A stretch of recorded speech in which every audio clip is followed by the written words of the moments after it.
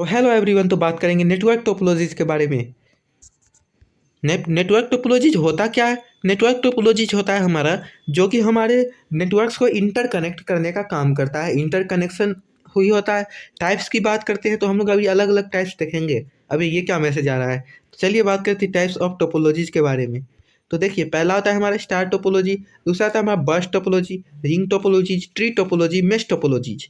ठीक है, mesh topology में सारा का खिचड़ी बनने वाला है, तो सभी को अगर अच्छे से समझेंगे तभी वो समझ में आएगा। ठीक है ना। अब बात करते हैं कोस्ट के बारे में, तो कोस्ट भी देखेंगे, फ्लेक्सिबिलिटी, रिलायबिलिटी, सभी को फैक्टर्स पे टोपोलॉजीज को हम लोग अभी देखने वाले हैं। बस टोपोलॉजी क्या होता है, अब इसे आप बस मत समझ लीजिएगा। यहाँ फिगर में देखिएगा, यहाँ पे एक बैकबोन होता है जिससे हमारा कनेक्टेड होता है। ठीक है ना, इस बैकबोन से अलग कंप्यूटर्स कनेक्टेड हैं और ये हमारे ट्रांसमिट हो रहे कर रहे हैं डेटा को। ठीक है ना, यूजिंग बैकबोन्स, कोएक्सियल केबल्स हम लोग बोल सकते हैं एग्जाम्पल के लिए। एग्जाम्पल याद रखेंगे। और फिर हम लोग का ये इंड टू इंड क्या करता है, एब्जॉर्व करता है सिग्नल्स को। ठीक है। अब बस टोपोलॉजी के एडवांटेज डिसएडवांटेज की बात करते हैं। शॉर्ट लेंथ होता है, सिंपल होता है मेंटेन करने के लिए। ठीक है ना, और फिर कम दाम में हो जाता है काम क्योंकि शॉर्ट लेंथ है। ठीक है ना, ईजी है इसको बड़ा करने के लिए कोएक्सियल केबल को। फिर डिसएडवांटेज क्या है कि हम लोग का फॉल्ट को पकड़ना हो तो मुश्किल है, फॉल्ट को हम लोग को सही करना मुश्किल है। फिर हम लोग का यहाँ पे नोड को भी इंटेलिजेंट होना चाहिए, तभी हम लोग का कुछ फॉल्ट भी पकड़ा जा सकता है। अगर हम लोग एक वायर को काट देंगे जो कि हमारा बैकबोन है, तो सारे कंप्यूटर ही बंद हो जाएंगे, सारे सिस्टम ही स्टप हो जाएंगे, स्टक हो जाएंगे। स्टार टोपोलॉजी की बात करें तो स्टार टोपोलॉजी हमारे फिगर में देखें, एक हब होता है जिससे हमारे अलग अलग कंप्यूटर्स कनेक्टेड होते हैं। ठीक है ना, हब हमारा सेंट्रल मैसेजिंग होता है जो कि कनेक्ट करता है।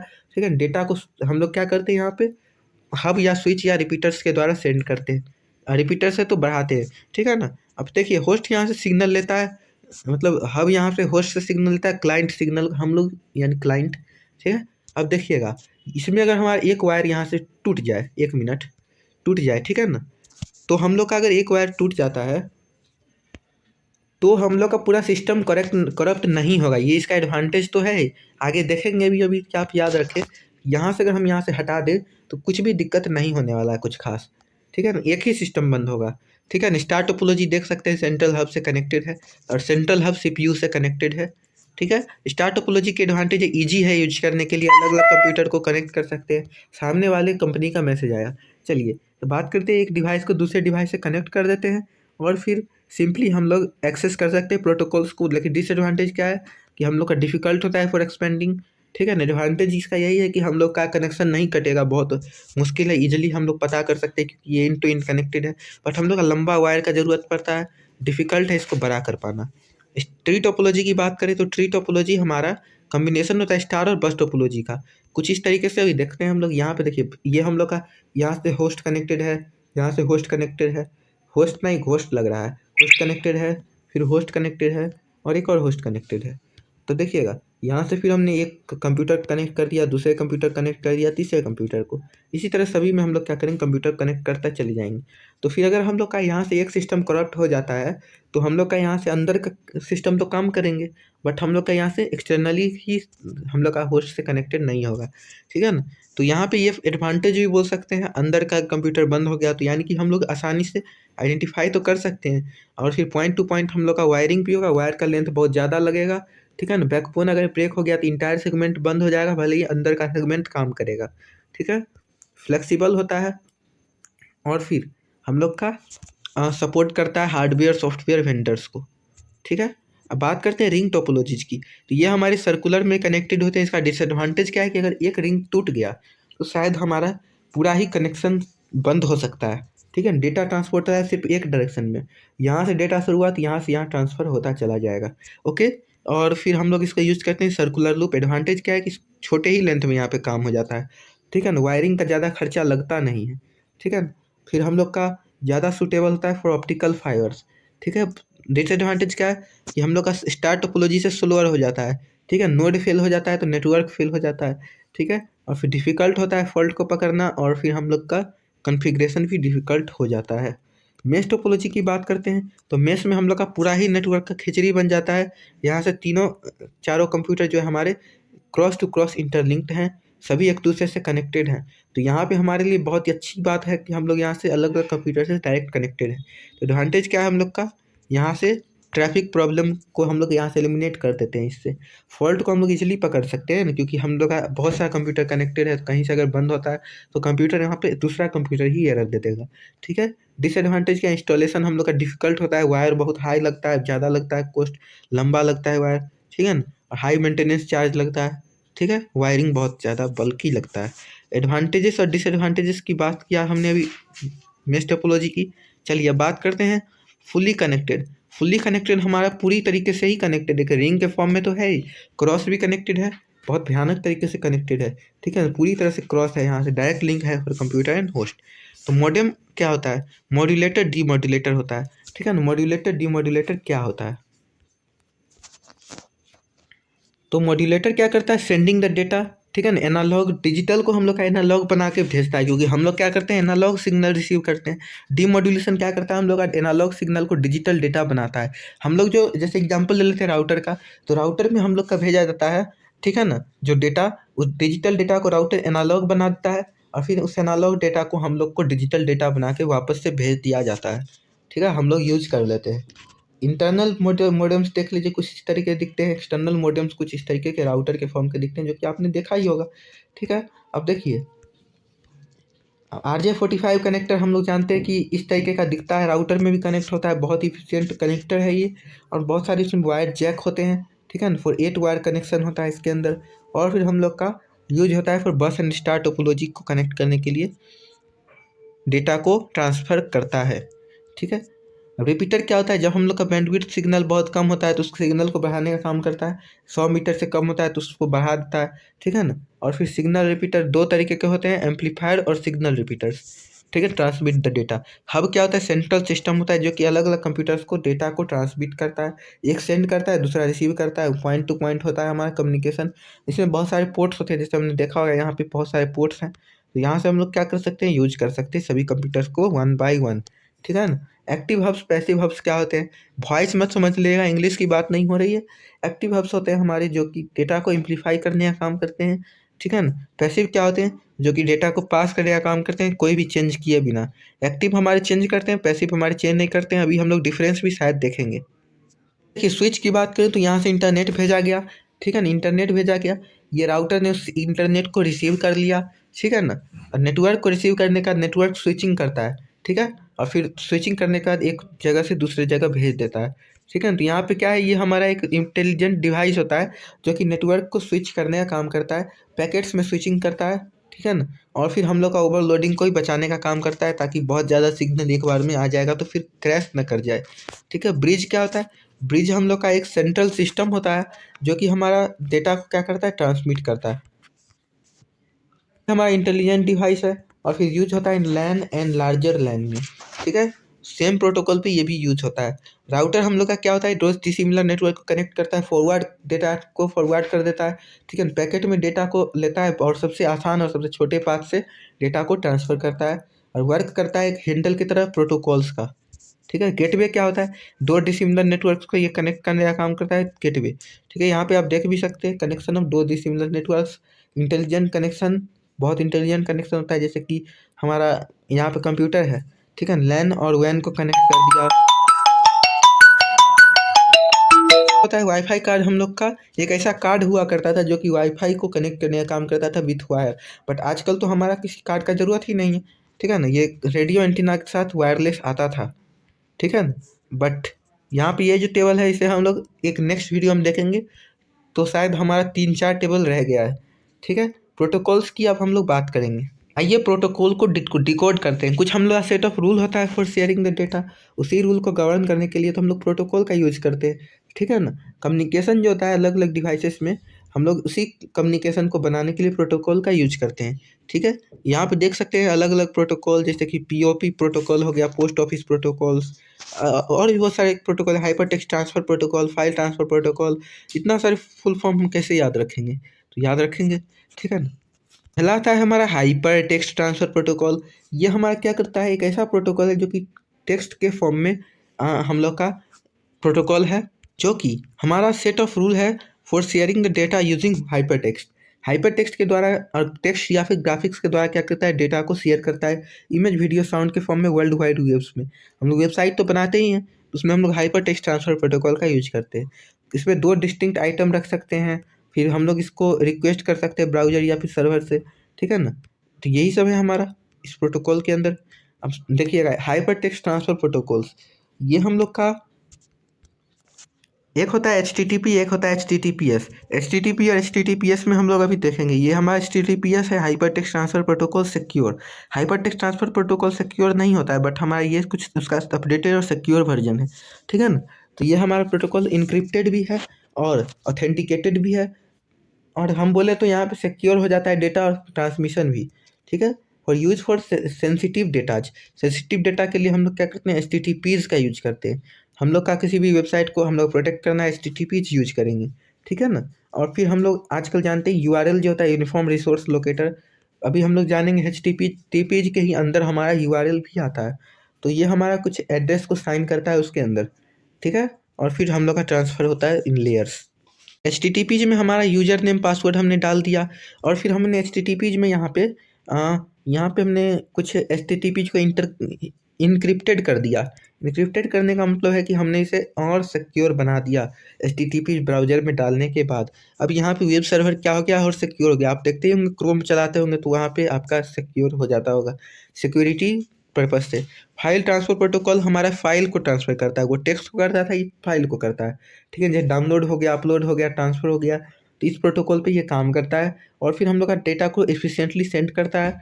और फिर हम लोग का जो नेम है प्रोग्राम सेंडर, उसका भी नेम हम लोग का लेता है। क्लाइंट या फिर सर्वर जो है वो इसमें काम करता है फॉर वर्किंग, और फिर फॉर करप्शंस अगर कुछ भी हो गया दिक्कत, ठीक है ना। और फिर हम लोग का यूज होता है फॉर रिमोट कंप्यूटर्स, यानी कि हम लोग का रिमोट कंप्यूटर कहने का मतलब है कि एक गांव में जो कंप्यूटर है उसमें भी ये काम करता है। Point two point protocols, point two point protocols हमारा दो कंप्यूटर के बीच में डायरेक्ट कनेक्शन बनाने का काम करता है, पैकेट्स के फॉर्म में, सीरीज लाइन के फॉर्म में, और it has transmission from point two point, ठीक है। नाम से ही पता चल रहा है कि पॉइंट टू पॉइंट होता है। पब्लिक टेलीफोन हो गया जैसे, तो उसे हमने कंप्यूटर से कनेक्ट कर दिया, फिर दूसरे कंप्यूटर से कॉल कर रहे हैं और इस पॉइंट से इस पॉइंट को कनेक्ट कर दिया। मतलब बूथ जो होता था ना पहले के समय में, उसका हम लोग अगर बात करें तो इसमें भी बहुत सारे टाइप होते हैं, IPCP, NCP, LCP। LCP होता है link control protocol, NCP network control protocols, और फिर IPCP IP कंट्रोल प्रोटोकॉल्स, ठीक है। SMTP हमारा मेल ट्रांसफ़र प्रोटोकॉल होता है, और फिर हम लोग इसका मेल को ट्रांसफ़र करने का काम करता है, ठीक है ना। सेंडर होता है, एक रिसीवर होता है, जो सेंड करता है सेंडर, जो रिसीव करता है रिसीवर। तो हमें यहाँ पे मैसेज को इन फॉर्म ऑफ सिग्नल भेजना पड़ता है, और इसे हम लोग स्टोर करते हैं टीनी फॉर्म में पैकेट, और फिर हम लोग सेंड कर देते हैं, ठीक है। तो ये हो गया हमारा। TCP क्या है, हम लोग का ट्रांसफ़र कंट्रोल प्रोटोकॉल। तो ये हमारा इंटरनेट प्रोटोकॉल है, ठीक है ना। IP भी बोल सकते हैं। अभी हमने स्टार्टिंग में देखा था कि हम लोग इंटरनेट को यहाँ से आजकल जो चला रहे हैं उसके लिए कुछ सेट ऑफ रूल है कि हम लोग डिवाइड करते हैं मैसेज को स्मॉलर चंक यूनिट में, और फिर हम लोग सेंड करते हैं from one part two another part, ठीक है ना। और फिर रिसीव करते हैं, ठीक है, IP address the packet at the destination of the IP address. इसका कुछ स्पेशल IP एड्रेस होता है हर ट्रांसफ़र प्रोटोकॉल का, और इसी IP एड्रेस पे वो काम करता है। पोस्ट ऑफिस प्रोटोकॉल क्या है, पोस्ट ऑफिस प्रोटोकॉल कॉल 3, ठीक है ना। ये हमारा क्या है, एक पोस्ट ऑफिस प्रोटोकॉल होता है जो कि हमारा सिंपल होता है सबसे, और फिर मेल बॉक्स और डाउनलोडिंग का काम करता है। रिसीव करने के लिए यूज होता है मैसेज को, सिग्नल्स को, मेल्स को। और फिर एक बार जब डाउनलोड हो जाता है तो हम लोग इसको बिना इंटरनेट के जैसे यूज कर रहे हैं, डाउनलोडिंग कर रहे हैं कुछ भी, तो उसके लिए हमारा पोस्ट ऑफिस प्रोटोकॉल यूज होता है, ठीक है। सेंडर रिसीवर इसमें भी होता है। टेलीनेट जो कि पहले यूज होता था, ठीक है, टेलीफोन नेटवर्किंग, तो ये हमारा बहुत ही इफिशिएंट पे नहीं है, पहले के समय में हम लोग यूज करते थे। टेलीनेट एक कार्ड हुआ करता था जिससे द्वारा हमारा यहाँ पे क्लाइंट से कनेक्शन जुड़ता था, जैसे मेमोरी कार्ड हो गया, ये सब भी बहुत सारी चीज़ें हैं। वॉइस और इंटरनेट प्रोटोकॉल बहुत ही बेस्ट प्रोटोकॉल है आज तक का।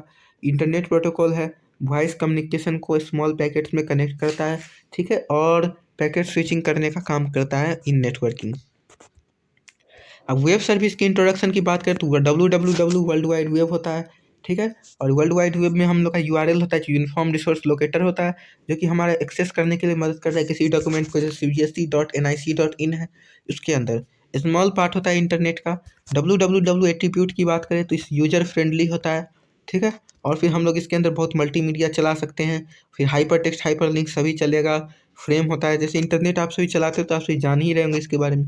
वेब पेज के बारे में बात करें तो वेब पेज कुछ इस तरीके का दिखता है, हमारा इंटरनेट पे ही चलता है और हम लोग इसके अंदर मल्टीमीडिया डाल सकते हैं, वीडियो भी चला सकते हैं, इमेज फाइल कुछ भी चला सकते हैं। बहुत सारा आजकल तो फ्रॉड वेबसाइट भी चल रहा है। हाइपर टेक्स्ट की बात करें तो हाइपर टेक्स्ट कुछ इस तरीके का दिखता है।